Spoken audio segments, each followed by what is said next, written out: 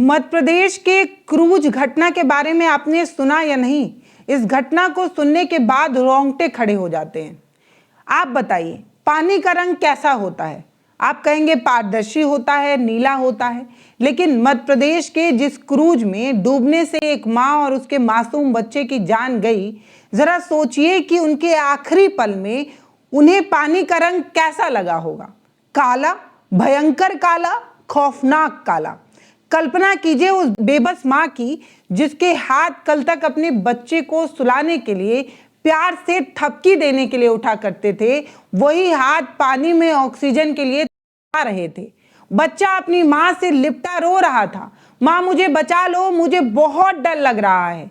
लेकिन वो माँ उसे क्या ही बचा पाती जो खुद इस भ्रष्ट सिस्टम के बनाए मौत के भंवर में डूब रही थी। वो माँ बचा पाती तब ना जब वो खुद बच पाती। वो खुद भी तो भ्रष्ट सिस्टम के मायाजाल में बुरी तरीके से फंस चुकी थी। आप अपनी गाढ़ी कमाई से कोई टिकट खरीदते हैं तो आपको यही लगता है ना कि आप कुछ खूबसूरत पल का टिकट खरीद रहे हैं, कोई बेहतरीन याद बनाएंगे, कोई प्यारा लम्हा बिता पाएंगे। लेकिन असल में आप अपनी ही कमाई से अपने परिवार के लिए मौत का कफन खरीद रहे होते हैं। क्योंकि जिस क्रूज पर आप सवार होते हैं वो आपकी जान बचाने के लिए नहीं, वो आपकी जान लेने के लिए होता है। इस क्रूज पर लाइफ जैकेट तक नहीं होता। अब बताइए इस तरीके की चीजें क्यों होती हैं? आज हम इस खबर में सिर्फ भावनाओं पर बात करने वाले नहीं हैं, हम ठोस आंकड़ों के साथ कानूनी तौर पर बात करेंगे, जिसे कागज में बड़ी खूबसूरती से लिखा तो जाता है लेकिन असल में धजिया उड़ाई जाती है। आम आदमी की लाश बिछ जाती है लेकिन सिस्टम लापरवाही ही करता नजर आता है। जरा रुकिए, national crime record bureau NCRB का जो आंकड़ा है उस पर नजर डालते हैं। ये कोई मामूली नंबर नहीं है, ये वो लाशें हैं जिन पर सिस्टम पर्दा डाल रहा है। एनसीआरबी की रिपोर्ट चीख चीख कर ये कहती है कि भारत में हर साल 35 से 38 हजार लोग पानी में डूबने से अपनी जान गंवा देते हैं। समझ रहे हैं आप? इतने सारे लोग पानी में डूबकर मर जाते हैं। इसमें से सैकड़ों की मौत तो सिर्फ नाव और क्रूज पलटने की वजह से ही होती है। वर्ल्ड हेल्थ ऑर्गेनाइजेशन WHO की रिपोर्ट बताती है कि डूबने से होने वाली मौतों में भारत टॉप देश पर है। सबसे अव्वल फर्स्ट नंबर पर हम हैं क्योंकि हमारे देश में नाव पलट जाने से, क्रूज पलट जाने से लोगों की मौत हो रही है। अब बताइए क्यों मर रहे हैं ये लोग? क्या पानी इनका दुश्मन है? जवाब है नहीं, पानी इनका दुश्मन नहीं है। दुश्मन तो वो सिस्टम है जो चंद रुपए के लिए आपके जान का सौदा कर रहा है।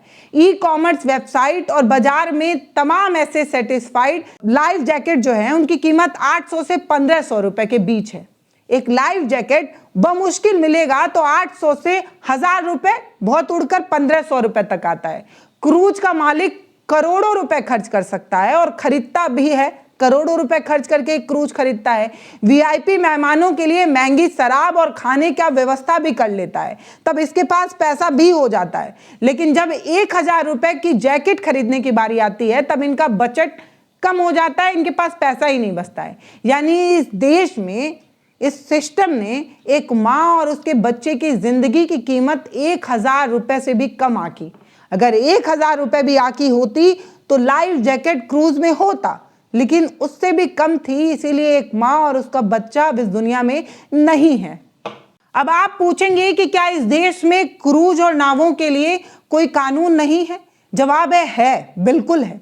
साल 2021 में संसद में बड़ी बड़ी तालियों और गूंजों के बीच इनलैंड विसल्स एक्ट 2021 पास किया गया था। इस कानून का चैप्टर 11 साफ तौर पर कहता है कि हर यात्री के लिए लाइफ जैकेट, लाइफ सेविंग जो अप्लायंस है वो होना अनिवार्य है। इसके बिना नाव को पानी में नहीं उतारा जा सकता। लाइफ सेविंग जितने भी गैजेट होते हैं, लाइफ जैकेट होती है, ये हर एक जो वहां पे जा रहा है कस्टमर उसके लिए होना चाहिए, और जब तक नहीं है तब तक नाव पानी में नहीं उतरेगी। अगर कानून इतना सख्त है तो मध्य प्रदेश के इस क्रूज को फिटनेस सर्टिफिकेट किसने दिया, ये सवाल पूछा जाए या नहीं? वो कौन सा अधिकारी था जिसने अपनी कुर्सी पर बैठकर बिना सेफ्टी ऑडिट किए इस मौत के ताबूत को पानी में उतरने के लिए हरी झंडी दिखा दी? मध्य प्रदेश का टूरिस्ट का बजट जो है वो करोड़ों में है। मध्य प्रदेश टूरिज्म का बजट जो है वो लाखों करोड़ों में है। विज्ञापन में दिखाते हैं कि एमपी गजब है, सबसे अजब है, लेकिन जब सेफ्टी ऑडिट की बात आती है तो ये बजट कहाँ गायब हो जाता है भैया? ये लापरवाही नहीं है तो क्या है बताइए कि सीधे सीधे ये इस तरीके की घटना क्यों हुई और होने से पहले जो जरूरी कदम उठाए जाने चाहिए थे जिसने नहीं उठाए उसके जिम्मेदार ठहराया जाए या नहीं? सवाल तो यही है। नेताओं की सुरक्षा पर करोड़ों खर्च किए जाते हैं और एक आम आदमी की जान की कीमत राम भरोसे। अब जरा इस दोगले सिस्टम का तमाशा देखिए। जब इस देश में कोई बड़ा मंत्री या नेता सड़कों पर उतरता है तो उसके आगे पीछे सायरन बजाती हुई 40 गाड़ियां दौड़ती हैं या उससे अधिक ही दौड़ती होंगी। उनके लिए ट्रैफिक रोक दी जाती है, उनके मंच के नीचे एक दमकल की गाड़ी खड़ी कर दी जाती है, एम्बुलेंस की गाड़ी हल पल तैयार खड़ी रहती है। लेकिन जब आप अपने घर से निकलते हैं, आप जो हर माचिस की डिब्बी से लेकर अपनी गाड़ी में पेट्रोल डलाने से लेकर नमक, चीनी, चायपत्ती, हर चीज पर जब आप टैक्स दे रहे होते हैं और जब आप अपने परिवार के साथ किसी क्रूज पर चढ़ते हैं तो आपकी सुरक्षा को राम भरोसे छोड़ दिया जाता है।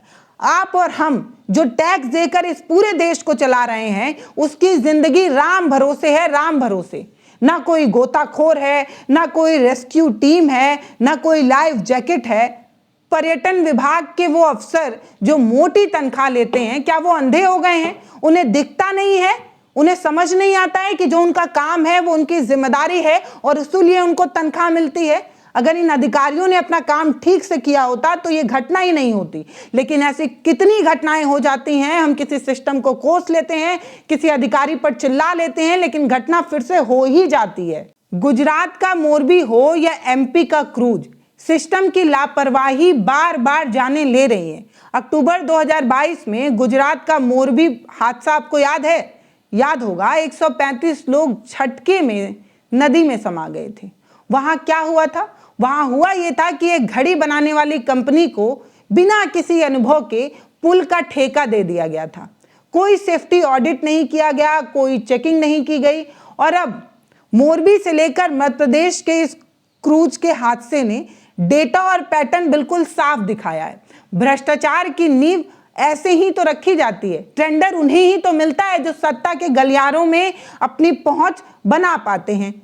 किसी सत्ता के, किसी नेता के चहीते होते हैं, उन्हें ही तो टेंडर मिलता है और आम आदमी की जान दांव पर लगा दी जाती है। सेफ्टी नॉर्म्स को कूड़ेदान में डाल दिया जाता है और जब लोग मर जाते हैं तो किसी छोटे मोटे नाविक पर एफआईआर कर दी जाती है, जबकि असली मगरमच्छ ये अफसर हैं। वो क्रूज मालिक है जो एसी के कमरे में बैठकर अगला टेंडर सेट करने में लगा हुआ है। आप मर गए हैं ना, लेकिन इनका टेंडर लुक नहीं रहा होगा। ये आराम से कॉफी या किसी शराब की गिलास के साथ ये तय कर रहे होंगे कि अगला टेंडर किसे दिया जाए। अगर आज हम चुप रहे ना तो कल हमारी खामोशी किसी और की जान ले सकती है। दोस्तों, आप ये समझिए। नहीं समझ पा रहे हैं तो जब आज रात अपने बच्चे को गले लगाकर सोइएगा तो उस पल के लिए आप उस पिता के बारे में सोचिएगा जिसने अपनी आंखों के सामने अपनी पूरी दुनिया को पानी में डूबते और डूबते देखा है। क्या हमारे लिए ये जो सिस्टम है, वो जो पत्नी है, वो जो बच्चा है, वो सिस्टम उस परिवार को कभी लौटा पाएगा? सिस्टम उस पत्नी और उस बच्चे को लौटा पाएगा? जवाब है नहीं। इसीलिए हम सीधा सवाल करते हैं, क्रूज मालिक और उस परमिशन देने वाले अधिकारी पर धारा 304 गैर इरादतन हत्या का केस दर्ज होना चाहिए या नहीं? सवाल यही है। और अगर नहीं हो तो किस पर दर्ज हो, आप ही बताइए। अगर एक अधिकारी परमिट दे रहा है, परमिशन दे रहा है, तो शराब पीकर दे रहा है क्या? होश में नहीं दे रहा है। मध्य प्रदेश का जो पर्यटन मंत्री हैं इस घटना की जिम्मेदारी लेते हुए अपना इस्तीफा नहीं दे सकते? जवाब है नहीं, क्योंकि ये लोग जो हैं इन्हें फर्क नहीं पड़ता। इन्हें पता ही नहीं चल पाता कि उस परिवार पर क्या बीतती है जो अपने सामने से किसी अपने को खोता देखता है। हम 36 लाख से ज्यादा का परिवार, हमारी ताकत कोई राजनीतिक पार्टी में नहीं है, हमारी ताकत आपकी आवाज में है, हमारे इस सवाल में है। सत्ताधारी लोगों के किसी भी चीज से हम डरते नहीं हैं, क्योंकि हम जानते हैं कि आप हमारे साथ खड़े हैं और वो जनता हमारे साथ खड़ी है और हम उसी के लिए सवाल पूछ रहे हैं। आज वो माँ बेटे जो उस क्रूज पर थे, कल हम हो सकते हैं, आप हो सकते हैं, कोई और आम आदमी हो सकता है। इस वीडियो को सिर्फ देखकर छोड़ मत दीजिएगा, इसे हर व्हाट्सएप ग्रुप पर, फेसबुक पेज पर इतना शेयर करिए कि सत्ता के नशे में सोए हुए हुक्मरानों के कानों के पर्दे फट जाएं। कम से कम उन्हें सुनाई तो दे ही दे कि हम इंसान हैं, हमारी फीलिंग है, हमारी जान की भी कीमत है। आपकी लापरवाही की वजह से हमारी मौत हो जाती है और हम मर जाते हैं, और आप किसी छोटे से नाविक को FIR करने का नाटक करते हैं। मतलब मजाक चल रहा है सच में। इस सवाल को उन हुक्मरानों तक पहुंचाइए ताकि वो बाहर आकर कैमरे पर आकर जवाब दें। कमेंट बॉक्स में अपनी भड़ास जरूर निकालिए।